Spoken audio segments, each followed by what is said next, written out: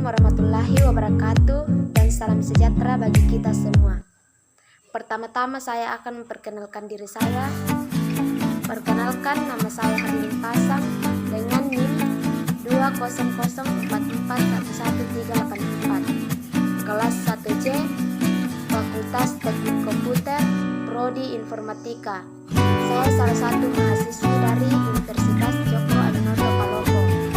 Saya membuat video ini dengan tujuan untuk memenuhi ujian akhir semester mata kuliah Bahasa Indonesia dengan dosen pengaku Ibu Dr. Marlina Bakri, SPD, MPD. Adapun materi yang akan saya bahas dalam video ini yaitu yang pertama, bahasa Indonesia yang baik dan benar. Yang kedua, kalimat. Yang ketiga, paragraf. Yang keempat, kutipan. Yang kelima, daftar pustaka. Yang keenam, surat menyurat. Dan yang ketujuh, proposal. Materi yang pertama yang akan saya bahas yaitu bahasa Indonesia yang baik dan benar. Bahasa Indonesia yang baik adalah bahasa Indonesia yang digunakan sesuai dengan norma kemasyarakatan yang berlaku. Bahasa Indonesia yang benar adalah bahasa Indonesia yang digunakan sesuai dengan aturan atau kaidah bahasa Indonesia yang berlaku. Jadi, bahasa Indonesia yang baik dan benar adalah bahasa yang digunakan yang sesuai dengan norma kemasyarakatan yang berlaku dan sesuai dengan kaidah-kaidah bahasa Indonesia. Ragam bahasa yang digunakan dapat berupa ragam formal atau informal, bergantung pada selanjutnya, yang kedua, kalimat. Kalimat adalah kumpulan kata yang setidaknya terdiri atas subjek dan predikat. Ciri-ciri kalimat yaitu: satu, merupakan satu kesatuan bahasa yang memiliki volume dan morfem. Yang kedua, dapat berdiri sendiri meskipun tidak ditambah dengan kalimat lengkap. Yang ketiga, mempunyai intonasi. Yang keempat, adanya huruf kapital dan tanda baca dalam sebuah kalimat. Unsur-unsur kalimat yaitu subjek dan predikat. Materi yang ketiga yaitu paragraf. Paragraf merupakan sebuah kumpulan dari kalimat-kalimat yang berisi tentang satu ide pokok atau gagasan utama. Unsur-unsur paragraf yaitu: yang pertama, topik atau gagasan utama. Yang kedua, kalimat utama. Yang ketiga, kalimat pendukung. Yang keempat, transisi. Yang kelima, penegas. Adapun fungsi paragraf adalah untuk menandai peralihan gagasan baru bagi keterangan yang terdiri atas beberapa paragraf.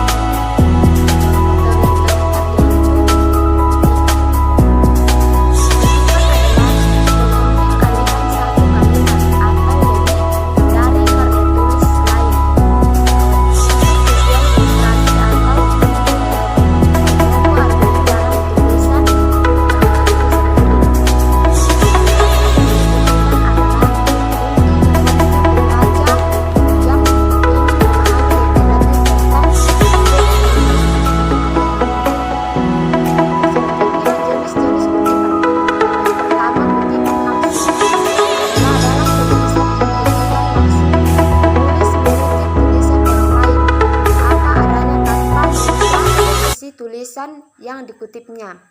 Yang kedua, kutipan tidak langsung adalah suatu kutipan yang menyajikan gagasan orang lain dengan cara menyatakan kembali gagasan tersebut dengan kalimat atau gaya bahasa sendiri.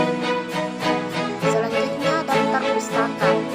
Daftar pustaka adalah tulisan yang tersusun di akhir sebuah karya ilmiah yang berisi nama penulis, judul tulisan, penerbit, identitas penerbit, dan tahun terbit sebagai sumber atau rujukan seorang penulis.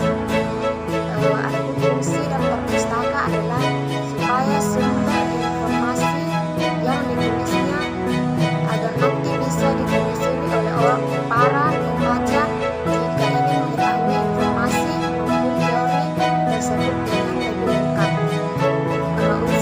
daftar pustaka yaitu yang pertama nama penulis atau pengarang, yang kedua judul buku dan artikelnya, yang ketiga data publikasi buku meliputi tahun terbit, tempat penerbit, dan jika ada edisinya.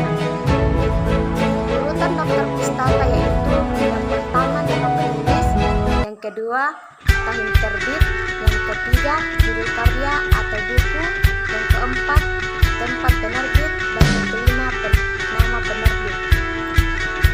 Materi yang berikutnya yaitu surat menyurat. Surat adalah alat komunikasi yang berfungsi untuk menyampaikan informasi secara tertulis dari pihak satu ke pihak yang lain. Tujuan membuat surat yaitu yang pertama menyampaikan atau mengemukakan informasi dan keterangan kepada pihak-pihak lain. Yang kedua, memperoleh dan mengambil informasi, keterangan, tanggapan, dan balasan yang dikemukakan. Yang ketiga, melancarkan jalannya informasi sehingga informasi yang diterima itu jelas dan tidak terjadi salah paham. Fungsi surat yaitu pertama sebagai alat komunikasi, yang kedua sebagai alat bukti tertulis, yang ketiga sebagai alat pengingat, yang keempat sebagai bukti historis, yang kelima sebagai pedoman kerja, yang keenam sebagai duta organisasi. Materi yang ketujuh yaitu proposal. Proposal adalah tulisan yang dibuat oleh penulis dengan maksud untuk menjelaskan rencana dan tujuan suatu kegiatan kepada para pembaca, sehingga mereka mendapatkan pemahaman tentang tujuan kegiatan tersebut secara lebih jelas dan detail. Tujuan proposal yaitu yang pertama untuk mendapatkan bantuan dana, yang kedua untuk mendapatkan dukungan, yang ketiga untuk mendapatkan perizinan. Fungsi proposal yaitu yang pertama melakukan penelitian yang ada kaitannya dengan sosial budaya dan lain-lain. Yang kedua dapat digunakan untuk mengajukan mendirikan suatu usaha. Manfaat proposal yaitu yang pertama menjelaskan secara tidak langsung kepada pihak-pihak yang ingin mengetahui kegiatan tersebut.